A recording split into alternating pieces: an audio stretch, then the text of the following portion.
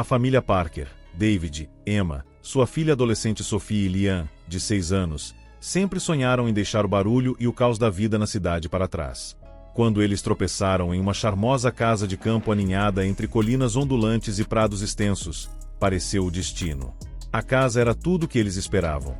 Espaçosa, mas aconchegante, com uma varanda ampla perfeita para as noites de verão e um porão que David planejava transformar em uma oficina. Nas primeiras semanas, a vida na nova casa foi idílica. Sophie passava as tardes pintando no jardim, Liam explorava a floresta próxima com seu Golden Retriever, Max, e Emma aproveitava as manhãs tranquilas com seu café e um livro. David, sempre um faz-tudo, se jogou em pequenos projetos, consertando dobradiças que rangiam e repintando persianas desbotadas. Parecia o novo começo de que precisavam. Mas a paz não durou. Tudo começou com a descoberta de Liam no porão. Pai, ele chamou uma tarde, sua voz ecoando escada acima. Tem uma porta aqui embaixo, mas está trancada. David franziu a testa, descendo as escadas. Ele passou horas no porão desempacotando e organizando, mas não notou nenhuma porta além daquela que levava à lavanderia. No entanto, lá estava, uma pequena porta desgastada enfiada no canto mais distante, parcialmente escondida por uma pilha de caixas velhas. Sua superfície não tinha nada de especial, mas a pesada fechadura de ferro que a prendia parecia estranhamente fora do lugar. Isso é estranho, David murmurou, ajoelhando-se para inspecioná-la. Ele puxou a maçaneta, mas a porta não se moveu. Provavelmente é apenas um armário de armazenamento. Vou procurar a chave mais tarde. Mas nenhuma chave apareceu, e conforme os dias passavam, o fascínio de Liam pela porta aumentava. O que tem atrás dela? Ele perguntou durante o café da manhã. Por que está trancada? Emma riu, bagunçando seu cabelo.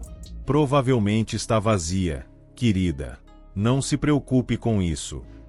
Mas Liam não estava convencido.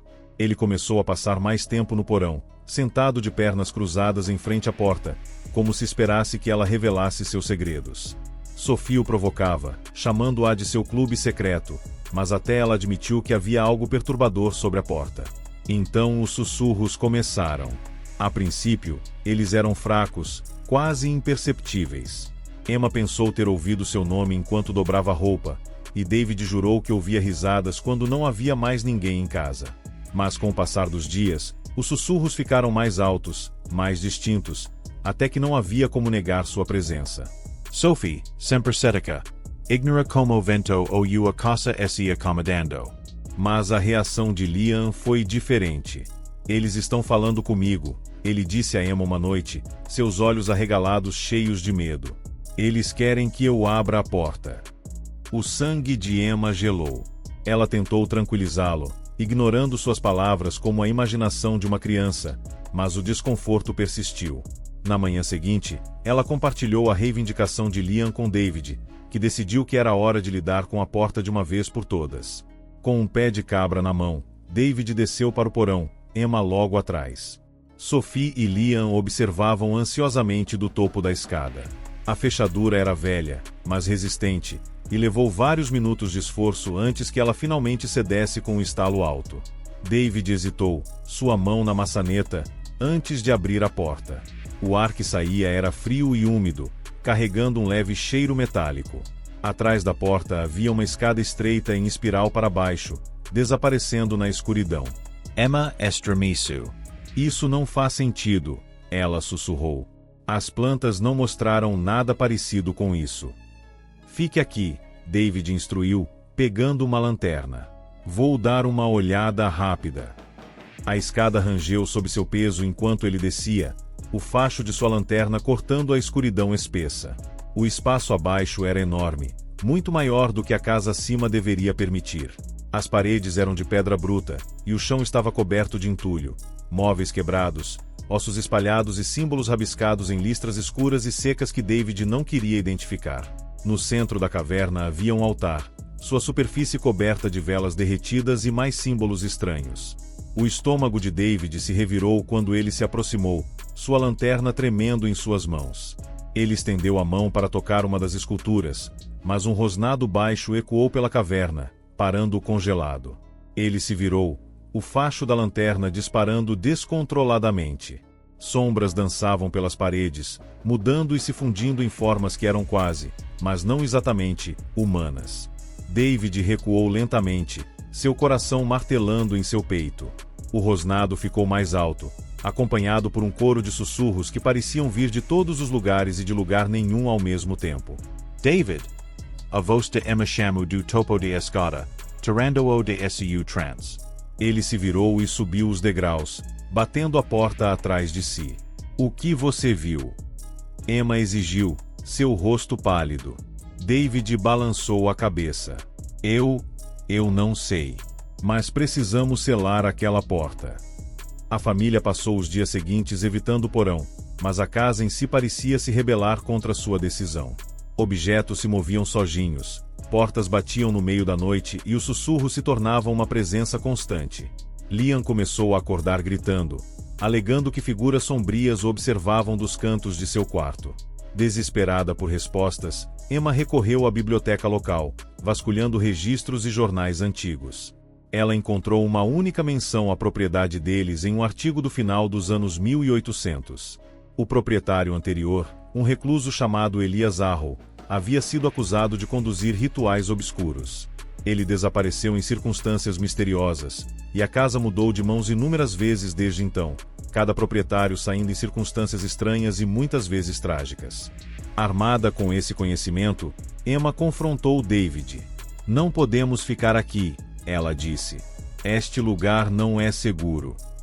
David assentiu, sua determinação vacilante. "Vou começar a procurar um novo lugar", ele prometeu. Mas as entidades tinham outros planos.